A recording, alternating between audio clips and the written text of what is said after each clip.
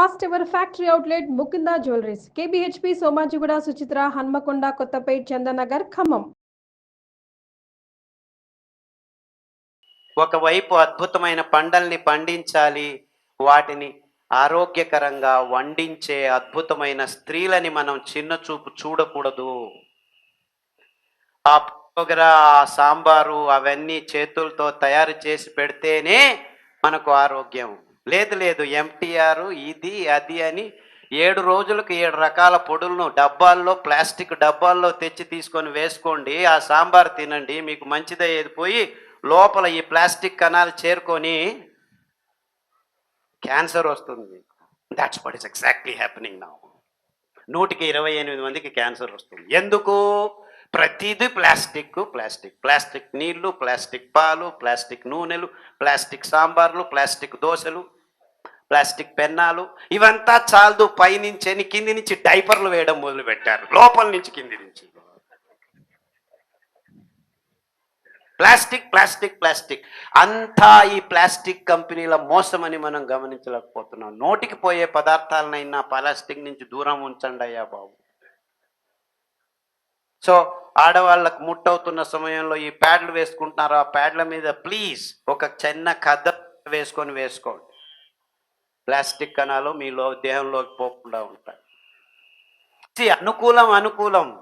అనుకూలం మీది, డబ్బులు వాళ్ళవి. అర్థం చేసుకోండి. అనానుకూలం ఎప్పుడు చెడ్డది కాదు. కొన్ని అనానుకూలాలు మన ఆరోగ్యానికి మంచివి. ఇక్కడి నుంచి అక్కడికి నడిస్తే మంచిది. అనానుకూలం ఇక్కడి నుంచి అక్కడికి పోయేదానికి కారు కావాలి, అక్కడి నుంచి పోయేదానికి హెలిప్యాడ్ కావాలి, అక్కడి నుంచి ఇంకా ఇలాగే అయిపోయింది. So please walk. రోజు 1 గంటన్నర నడిస్తే అది సహజ యోగం.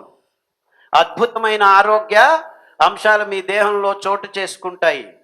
వెంట్రుకల నుంచి గోర్ల వరకు ప్రతి అంగము ప్రతి నిమిషము క్లీన్ కావాలంటే నడక మించి ఇంకా ఏ యోగము లేదు మానవ జాతికి. మనల్ని తయారు చేసింది దేవుడు నడిచే యంత్రము. ఈ చేతులు కాళ్ళు ఇలా ఉన్నాయంటే నడవరా వెధవా అని.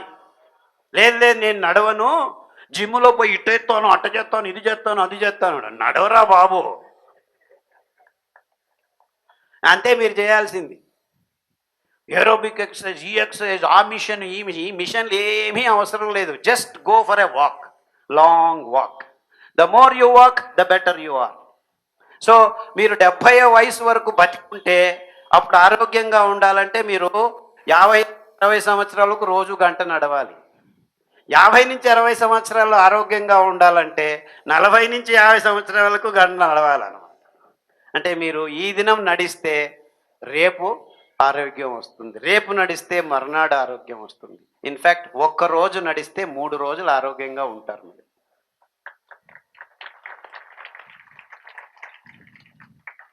సో నడిచే నాథుడు లేడు. ఇప్పుడు 18 కిలోమీటర్లు నడిచే వాళ్ళంట 1950s రోజు. ఇప్పుడు 0.18 కిలోమీటర్లు కూడా నడవటం లేదు. సో నడవండి, ఒక 15 నిమిషాలు ఆ దేవుణ్ణి ధ్యానం చేయండి. అద్భుతమైన ఆ కాషాయ రంగు సూర్యుడు బయటకు వస్తుంటే, లేకపోతే లోపలికి పోతుంటే కాషాయ రంగు, ఆ కాషాయ రంగుకు మన కళ్ళకు దేవుడు అవినాభావ సంబంధం ఉంచాడు. ఆ కాషాయ రంగు కిరణాల మీ ఆ రాడ్స్ అండ్ కోన్స్ క్లిక్ అయితే చాలు, అద్భుతమైన జీవ రసాయనిక క్రియలు మొదలవుతాయి మీ దేహంలో, మెదడులో. అందుకే పొద్దున్న లేస్తే 4 సూర్య నమస్కారాలు చేయండి రా అంటాడు. కానీ మన వాళ్ళు ఏం చేస్తున్నారు, యోగా టీచర్లు 12 గంటలకు సూర్య నమస్కారాలు 108 చేస్తామని కాంపిటీషన్ పెడుతున్నారు. సూర్యుడు పొద్దున్న లేచేది 12 గంటలకు సూర్య నమస్కారాలు చేస్తున్నారు.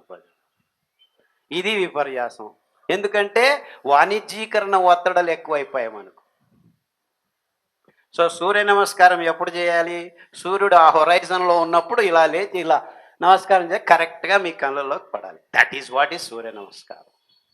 ఆ అద్భుతమైన కాషాయ రంగును నమస్కారాలు చేయొద్దులేండి, పొద్దున్న లేచి ఆ సూర్యుడిని చూడండి చాలు. ఎంతమంది ఉదయాన్నే సూర్యుడిని చూస్తున్నారు? మన అదృష్టం, మన దేశంలో సంవత్సరానికి 265 రోజులు సూర్యుడు కాషాయ రంగులో అద్భుతంగా కనిపిస్తాడు. ఎంతమంది ఎన్నిసార్లు సూర్యుడి ఉదయించేది చూశారు?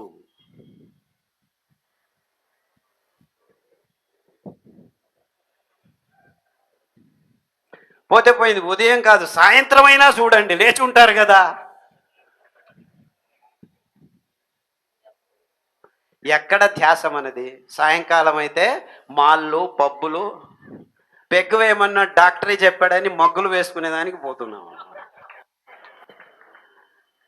తాగండి మగ్గులు, అందుకే లిక్కర్ షాపులు ఎక్కువైపోయాయి.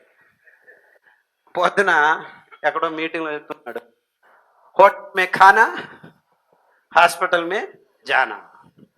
ఆ హోటల్ పక్కల ఈ లిక్కర్ షాపులు. గోవింద్ ఒక అబ్బాయి ఉన్నాడు, డ్రైవర్ చెప్తుంటాడు, ఏం లేదు సార్, అక్కడ లిక్కర్ షాప్ వస్తుంది, ఇంకో 2 రోజుల్లో దవాఖాన వస్తుంది అంట. అదే డెవలప్మెంట్. అంటే మనం అనుకుంటున్నాము హాస్పిటల్స్, లిక్కర్ షాప్స్ ఇవంతా డెవలప్మెంట్ అనుకుంటున్నాం. So the more number of hospitals that doesn't mean you are develop. చాలా అద్భుతంగా ఉన్నాయి హాస్పిటల్స్. హాస్పిటల్స్ ఎక్కువ అవుతున్నాయంటే రోగులు ఎక్కువ అవుతున్నారని అర్థం చేసుకోవాలి. That is not the index for development. Index అది కాదు. ఏ దేశంలో అయితే హాస్పిటల్స్ తక్కువ ఉంటాయో ఆ దేశం నిజంగా అభివృద్ధి చెందింది అని చెప్పేదానికి చాలా ఆ వైపుకు మనం కృషి చేయాలి అని ఎవడైనా ఎక్కడైనా ఏ రాజకీయ నాయకుడైనా ఏ సైంటిస్ట్ అయినా ఏ డాక్టర్ అయినా మీకు చెప్పాడా? అంటే ఏ దేశంలో అయితే హాస్పిటల్స్ తక్కువ ఉంటాయో ఆ దేశం నిజంగా ఆరోగ్యంగా ఉంది అని.